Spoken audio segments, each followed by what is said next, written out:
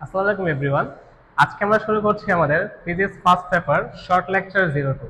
আর short lecture 02 তে আজকে আমরা শিখব কাজ শক্তি উপপাদ্য। এখন কাজ শক্তি উপপাদ্য বলতে আসলে আমরা কি বুঝি? মেইনলি কাজ এবং শক্তির মধ্যে যে একটা সম্পর্ক আছে, সেই সম্পর্কটাই আমরা এখান থেকে শিখতে পারি। কিভাবে? কল্পনা করো, এখানে একটা বস্তু আছে। আমি ধরলাম এই বস্তুর ভর হচ্ছে m, এবং এখানে বস্তুর একটা ব্যাগ ছিল, সেই ব্যাগটা হচ্ছে ধরলাম ইউ। এই ব্যাগটা যেহেতু বস্তুর আদি অবস্থায় ছিল, তাহলে ওর নাম কি হবে? আদি ব্যাগ হবে। এখন কল্পনা করো এই সেম বস্তু এখান থেকে সামনে আগায় আসলো। তখন ধরো সে সামনে কোথায় আসলো? এখানে আসলো, আর নির্দিষ্ট দূরত্ব ক্রস করলো। অবশ্যই এমনি এমনি দূরত্ব ক্রস করে নাই। কেন ক্রস করছে? কারণ আমি এই বস্তুর উপর একটা এফ মানের বল প্রয়োগ করলাম। তো যখন নাকি এই বস্তুর উপর এফ পরিমাণে বল প্রয়োগ করা হলো, এর ফলে বস্তু এখান থেকে এখানে চলে আসলো। আর আমরা কল্পনা করলাম এখানে বস্তুর যে শেষ বেগ তা হচ্ছে ভি, আর বস্তুর যে ভর সে ভরটা হচ্ছে এখানে এম। এখন তোমরা দেখতে পাচ্ছ যে বস্তু এখান থেকে এখানে আসছে, তার মানে সে নির্দিষ্ট একটা দূরত্ব ক্রস করছে, তার সরণ হয়েছে। সেই সরণের নামটা হচ্ছে ধরলাম আমরা এস। এখন দেখো তো, বস্তুর বল কোন দিক কাজ করছে? সামনের দিকে। আর বস্তুর যে সরণ তাও কোন দিকে হচ্ছে? সামনের দিকে হচ্ছে। তাহলে এখান থেকে আমরা কি বলতে পারি? আমরা এখান থেকে বলতেই পারি যে বল তা কোন বরাবর আছে? সামনের দিক বরাবর। এখন সরণটাও কোন দিকে আছে? সামনের দিকে। অর্থাৎ তারা একই দিকে ক্রিয়াশীল। অর্থাৎ তারা হচ্ছে একই দিকে ক্রিয়াশীল। আর যখন বস্তুদ্বয় একই দিকে ক্রিয়াশীল হবে, তাদের মধ্যবর্তী কোণ আমাদের কি হয়ে যাবে? 0 ডিগ্রি হবে। অর্থাৎ এই ক্ষেত্রে থিটা এর মানটা হচ্ছে কত? আমাদের 0 ডিগ্রি। তাহলে এই ক্ষেত্রে আমি কাজের সমীকরণ নির্ণয় করতে চাই, আমরা লাস্ট ক্লাসে পড়াইছি কাজ W ইকুয়াল কি হচ্ছে আমাদের এফ এস কস থিটা। এখন এখানে এফ এর জায়গায় এফ লিখলাম, এস এর জায়গায় এস। কস, এখানে অ্যাঙ্গেলের মানটা হচ্ছে কত? মধ্যবর্তী কোণ 0 ডিগ্রি, লিখলাম হচ্ছে 0। আর আমরা সবাই জানি cos 0 এর মান কত হয়ে থাকে? 1 হয়ে থাকে। সো ফলাফলে এই পার্টটুকু আমাদের কি হবে? 1 হয়ে যাবে। আমরা আলটিমেট পাবো এখান থেকে f ইন্টু এস। আর এই f মানে তো হচ্ছে বল। বলকে আমরা কি বলতে পারি? এম এ বলতে পারি, ইন্টু হচ্ছে এস। অর্থাৎ আমি তাহলে বলতেই পারি এই ক্ষেত্রে কাজের সমীকরণটা আমাদের কি হবে? M a s. আচ্ছা, তো আমি এই সমীকরণটা এখানে রাখলাম। এখন দেখো তো, আমরা কি জানি না যে ভি স্কোয়ার ইকুয়াল হচ্ছে ইউ স্কোয়ার প্লাস হচ্ছে 2as? অবশ্যই আমরা জানি। তাহলে এখন এখান থেকে তো লেখাই যায় যে v square minus u square equal হচ্ছে 2as। বা আমি চাইলে এখান থেকে এটাও বলতে পারি v square minus u square divide by 2 equal হচ্ছে কত? আমাদের এস। তার মানে যেখানে এস আছে আমি চাইলে সেখানে কি হচ্ছে? এই লাইনটুকু বসাই দিতে পারি।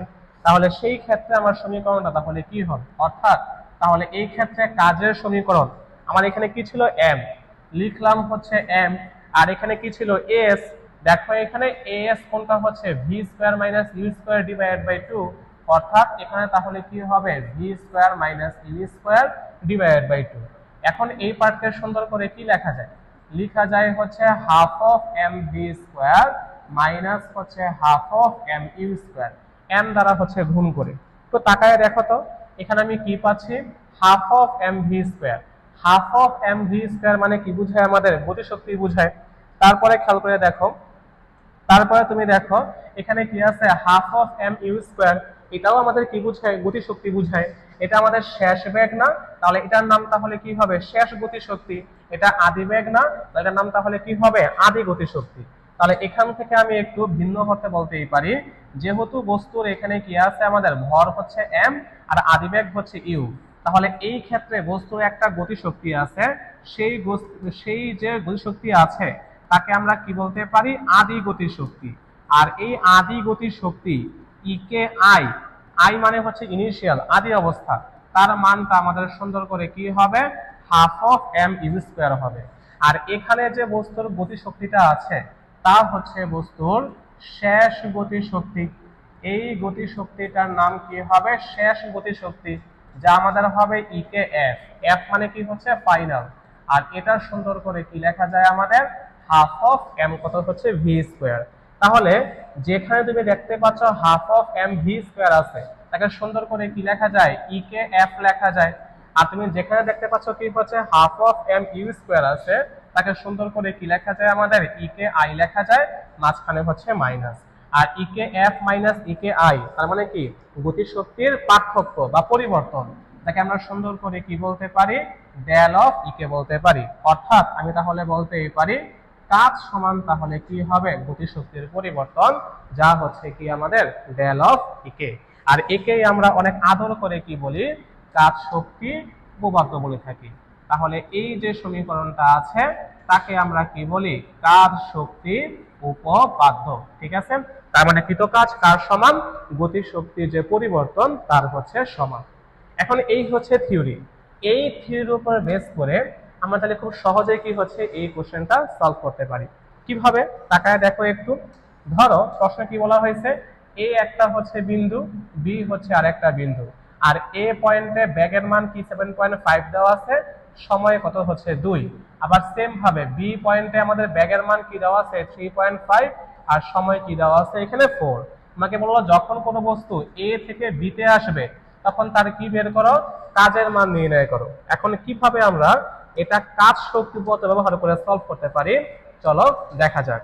আমরা একটাতে পড়লাম, আমরা কি পড়লাম, আমরা পড়লাম হচ্ছে কৃত কাজ, যে কৃত কাজ সমান হচ্ছে কি গতি শক্তির পরিবর্তন। আমরা করলাম হচ্ছে কৃত কাজ সমান হচ্ছে গতি শক্তির পরিবর্তন। তাহলে অর্থাৎ কাজ ডাব্লিউ ইকুয়াল তাহলে কি লেখা যায়, ডেল অফ হচ্ছে ইকে, ডেল অফ ইকে মানে হচ্ছে কি আমাদের ইকে এফ মাইনাস হচ্ছে কি আমাদের ইকে আই। ইকে এফ মানে কি ছিল আমাদের half of M V square, আর ইকে আই মানে কি ছিল half of M U square, তাই তো। এখন আমি যে একটা কাজ করি, কি কাজ করি, হাফ অফ এম কমন নেই, তাহলে সমীকরণটা কি হবে, ভি স্কোয়ার মাইনাস কত হচ্ছে ইউ স্কোয়ার। তাকায় দেখো তো আমাদের এখানে এই বস্তুর শেষ বেগ কি দেওয়া আছে 7.5 দেওয়া আছে, অর্থাৎ এখানে ভি এর মান তাহলে কি হবে 7.5 মিটার পার সেকেন্ড। আর দেখো বস্তুর আদি বেগ কি দেওয়া আছে 3.5 দেওয়া আছে, অর্থাৎ ইউ এর মান হবে কত এখানে আমাদের 3.5 মিটার পার সেকেন্ড।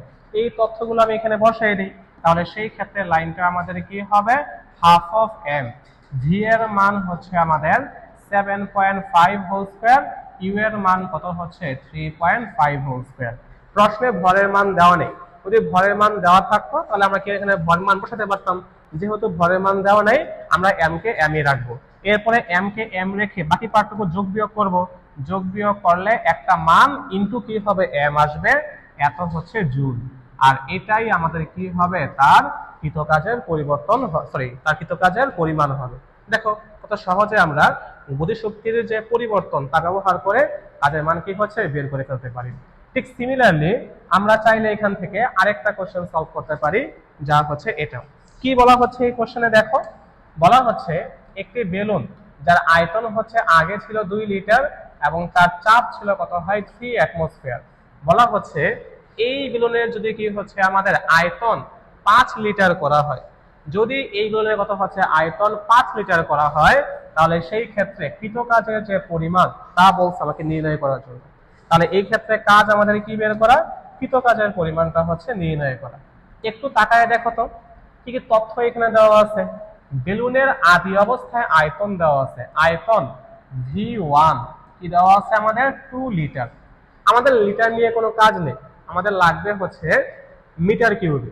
লিটার থেকে যদি মিটার কিউবে যেতে হয় তাহলে কাজ কি 1000 দিয়ে ভাগ করতে হবে, আর 1000 দিয়ে ভাগ করা যেই কথা 2 ইন্টু 10 পাওয়ার হচ্ছে -3 দিয়ে গুণ করা সেম কথা, এত কি হচ্ছে মিটার কিউব।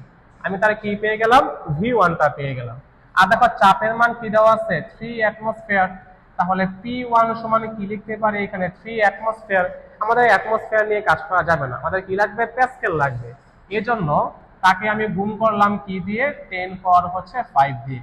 যখন না কিন্তু তাকে 10 পাওয়ার দিয়ে 5 দিয়ে গুণ করলাম তখন কি হলো, সে অ্যাটমসফিয়ার থেকে প্যাসকেলে চলে আসলো। আমি একটু সাইড নোটটা লিখি তোমাদের জন্য।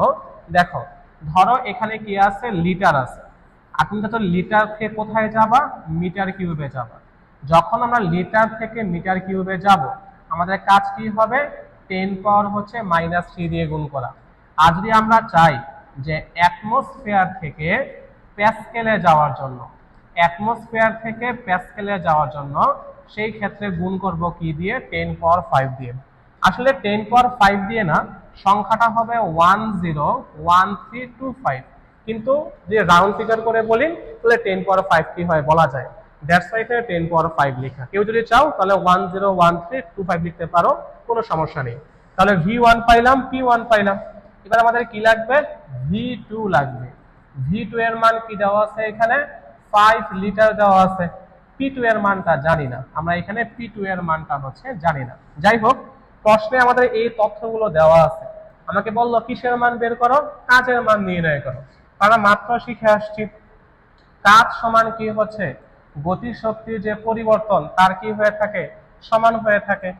গতিশক্তি আমাদের কি হবে? এটা শেষ গতিশক্তি মাইনাস কি হচ্ছে? আদি গতিশক্তি। তাহলে শেষ ইকুয়াল তাহলে কি হবে?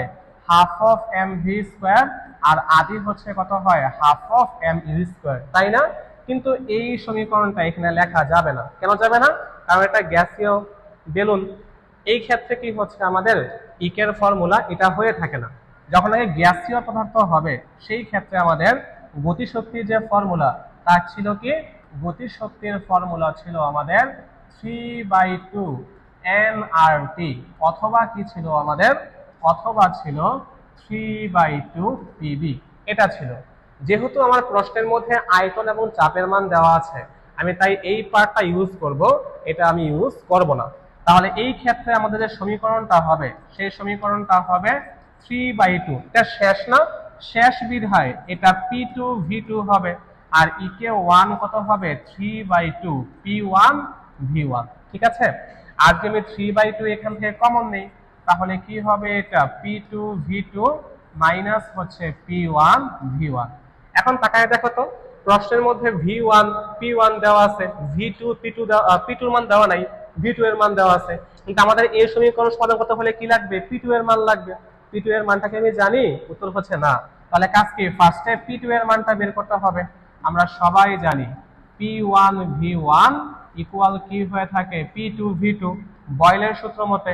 তাহলে অতএব P2 সমান তাহলে কি বলা যায় এখান থেকে? P1 V1 ভাগ কত হচ্ছে আমাদের V2। তাকায় দেখো এখানে P1 এর মানটা হচ্ছে কত? P1 এর মানটা হচ্ছে আমাদের 3 ইন্টু 10 পাওয়ার হচ্ছে 5। আর দেখো V1 এর মানটা কত আছে এখানে? 2 ইন্টু 10 পাওয়ার হচ্ছে -3। আর দেখো V2 এর মানটা কত আছে এখানে? 5। এটা লিটার আছে, কিন্তু আমার কি লাগবে? Metre cube. তাই 5 ইন্টু 10 পাওয়ার -3 এত মিটার কিউব। সব পেয়ে গেছো না?